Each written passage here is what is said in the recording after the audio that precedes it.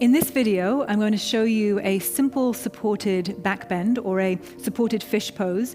This is a really great pose if you need a bit more energy, or if you've spent a lot of time sitting at your desk, or you feel a bit rounded through the shoulders. It's a lovely way to open up the heart. So you're going to need 2 blocks. I'm going to show you 2 different setups here. So the first will be on the block will be on the lowest height, running lengthways across the mat. The second block, right, will be on the mid-height. So the block on the mid-height will support your head. The block on the lower height is going to support your shoulder area, right? So my hips are on the ground. I like to reach back and hold onto the block. I always start with my knees bent for this one, right? And then you'll lay yourself down.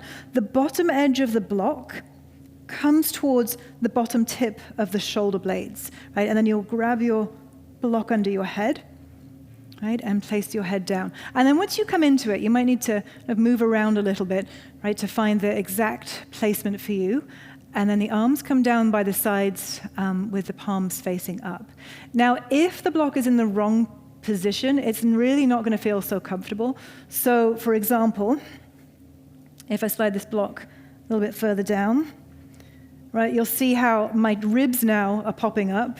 This doesn't feel supported. My neck is dropping here, so it won't feel so great. So if you get into this and you're like, it doesn't feel so good, you might need to adjust the position of your block. Right, I'm going to show you the other height to come into. Right, so the next height would be the mid block under your back, and then the higher block coming underneath your head. So this obviously is a little more opening through the chest, and it's a deeper back bend. Right, so coming into it the same way, I'm going to hold on to the block, right, and then the bottom edge of the block coming to the bottom edge of the shoulder blades. And I'm basically draping my upper back over the shoulders and then taking the block under my head.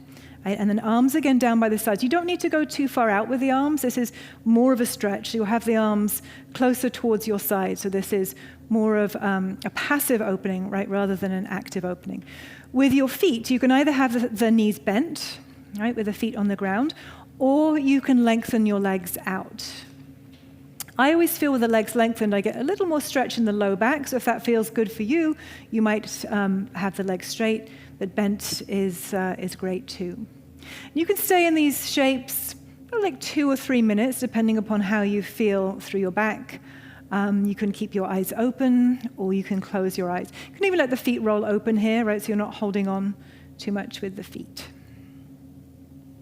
Right? And then to come out of this, right, you'll step your feet to the ground, right? And I'm going to very carefully pick up my hips, take them over to the right, roll onto my left forearm, and I'll bring my palm down to lift up to sit. So I hope that you practice this pose, integrate it into your practice, maybe take it into your teaching, and enjoy this restorative back bend. I'll see you in the next video.